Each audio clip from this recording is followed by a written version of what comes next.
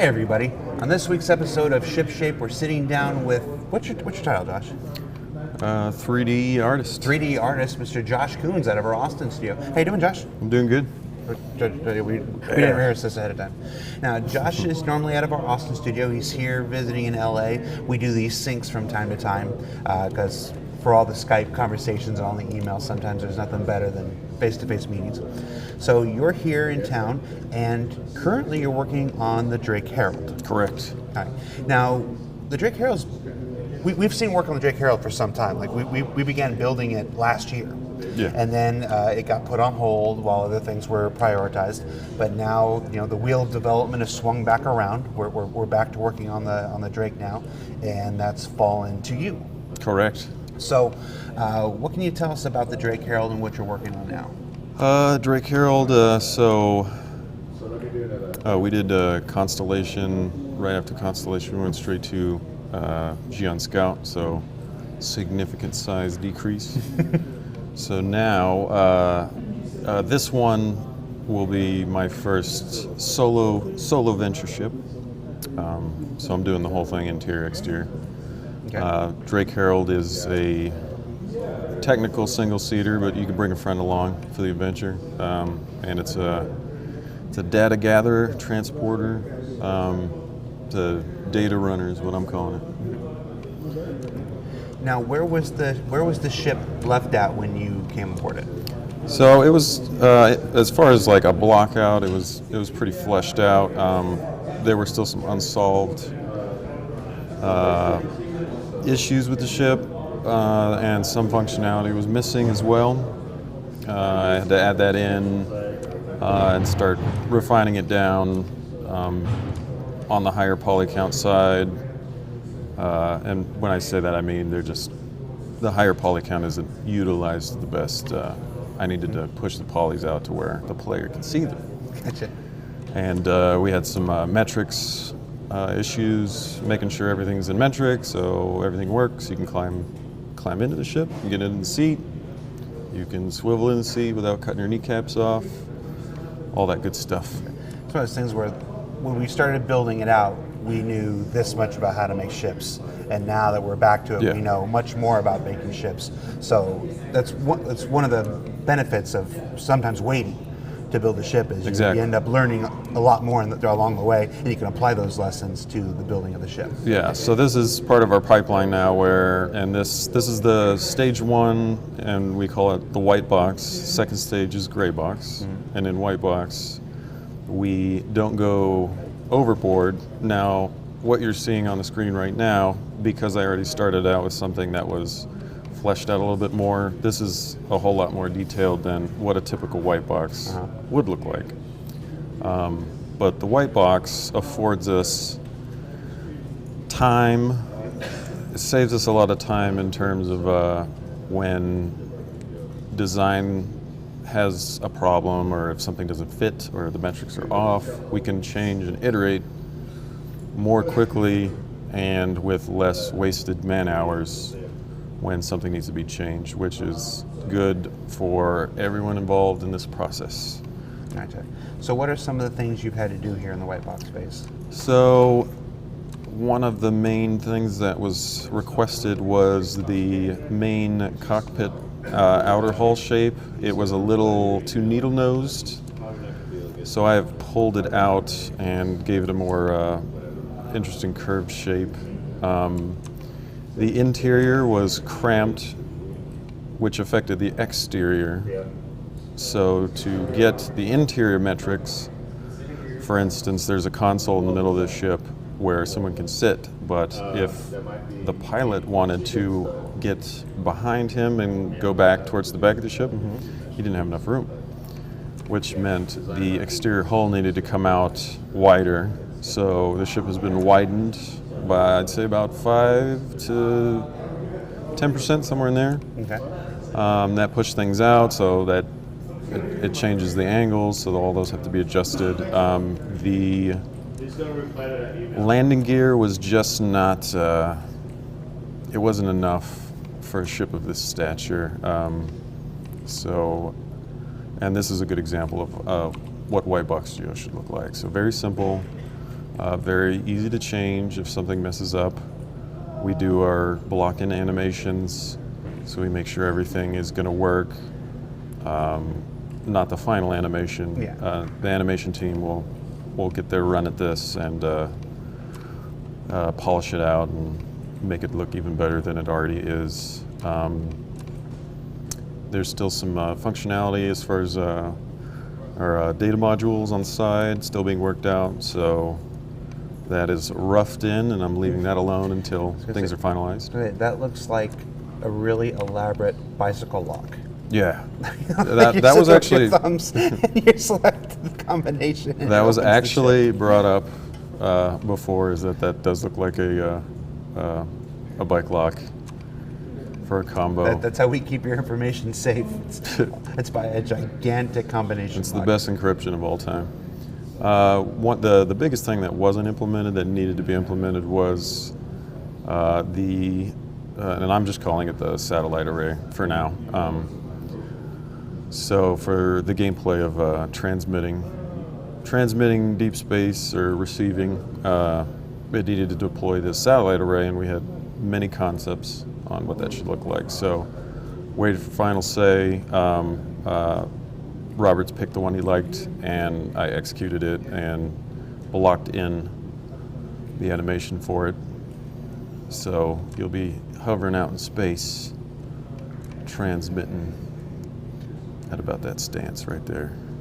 It's like a data version of Death Blossom. Yeah. The entry was not on metric. This is very important because you're dealing with a known, which was the ground.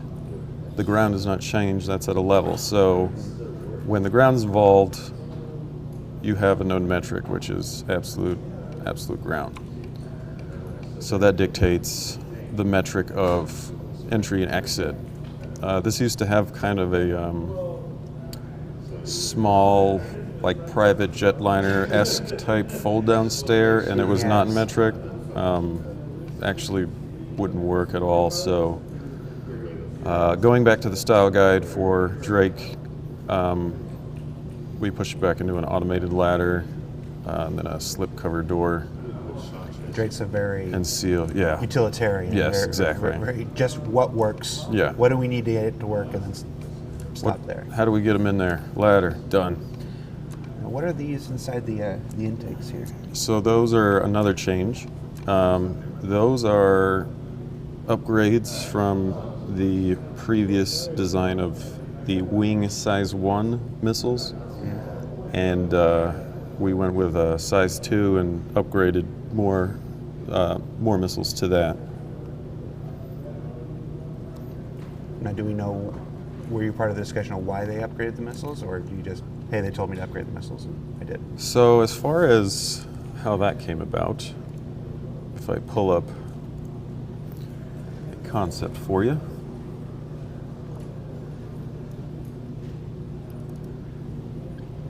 So we had these concepts, and we had this little bit that you can see here, and I'd asked about it, and I'm like, are those missiles, or what are those? And I knew we had a wing missile, and this is why we white box. We white boxed out the metric for a size 1 missile. It is not at all this size, and it just looked like this little dainty accessory. Even smaller than what you see in this shot. It's so minuscule and small. So right here there's a gun mount now, and on the bottom, gun armament. They wanted the ship to be like super fast. The firepower as far as like guns, not maxed out, but it's got a good payload of missiles, and then it has a good amount of countermeasures, flare launchers, which have been proxied in back here. That's where they'll deploy. So I think 3-to-1 chaff and flare. So two flare and 6 chaff. So lots of countermeasures, and then you use these big bad boys to get out of those sticky situations. Every time I look at this, I think about how people are going to use these as drag racers. Oh yeah, that's another design intent. Yep. It's like they may not be able to beat you on the turns, but on the straightaways, the Herald is going to haul. Oh yeah. I was working on this and I was like, this is like one of those, the first initial rounds of concepts, I was like, that doesn't look as cool as it could. And it literally reminded me of like a funny car. Just, straight line, let's go as fast as we can. And that's part of my mission for, once I get past the white box, we go to the stage gray box, and that's where we start refining the looks of it because the design's nailed down. Now you said you were working on both the exterior and the interior. Correct. Have you begun work on the interior yet? Yeah, it's a little rough right now. There was some stuff there previously. I can pull that up as soon as Max is done saving.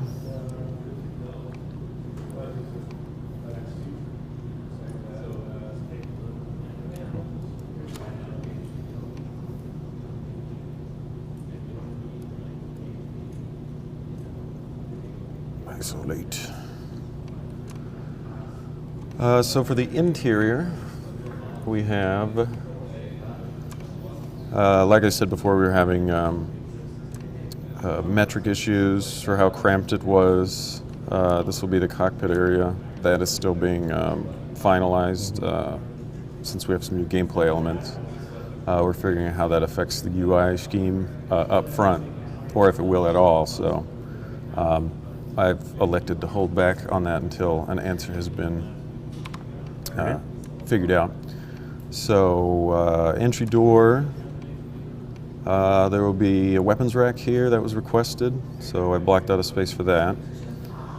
We have our console, which is also being metriced out as well, finalized as far as how to look on screen, making sure everything's like visible within one FOV. Yeah, they're not just there to be cool; that they're actually. Yeah, you're gonna be doing stuff there. The biggest problem was there was a chair here. And it came out into the hallway. And I'd say this used to be about there. So not only could you not get by, but if you sat in the chair and went in, it would probably squeeze all of your intestines up through your throat from hitting that. We call that emergent gameplay. Yes, that's some good gameplay. So pushing back these server racks actually hold other gameplay elements. The what do you call them? The components. I had to make sure all those have their spots. So we've got some in the floor, some in the ceiling, some on the side walls. They'll have to be accessible. This is a rack for another set, as is the matching on the other side. We've got your base kitchenette. Yeah, base kitchenette, microwave. I'm gonna have to spiffy that area up a little bit. All-in-one shower combo. Also, this is being metriced out. I prefer to spend my time making a ship look really cool and missiles and guns and stuff, and less on the toilet. Right now, that shower's down on the toilet paper. This is a problem we had with the original Starfarer blockout. Yeah. Do you pull or roll down? Which way does the toilet paper roll go? These are all decisions that have to be made. Toilet paper goes over and down. Yeah. If you're an under, you're wrong. I wonder if that's different per country. I don't care. We also had what appeared to be a couch. It appeared to be a couch in the back, and need to get that more sci-fi. So this little block here, that is the metric for a single bed bunk. So that's what that will turn into after I art it up. So yeah, that's as white box as it gets. Literally a box. Literally a box. It's actually not even a box. There's two sides missing to it. So that'll be where you sleep. Some cabinetry. Today I'll be doing some ceiling passes, finalizing where the ceiling's going to sit, and then as the information's fed to me on screen details, I will push-pull those where they need to be. And also, the most important part, the captain's chair, which I'm going to save for last. And that is the interior thus far. Now, if I were designing this ship, Yeah. and I'm the incredibly lazy person that I am, there would be a track down the entire center of the ship, and the captain's chair would just move from the front all the way to the toilet, all the way back. You could just go through the entire ship without ever getting out of the captain's chair. We got a little bit of that. So you'll have, I think you'll walk to about yay, and the chair will slide back, rotate. You'll sit, rotate, comes back up and puts you in position, because it gets a little tight back here. You can't exactly walk around. And that's everything on a hidden, which probably makes no sense to anyone. Well, hey man, Josh, thanks for taking the time to sit down and show us the Drake Herald. Oh yeah. Obviously, this is still a work in progress. It's not going to be in your hangars anytime real soon, but we are working on it.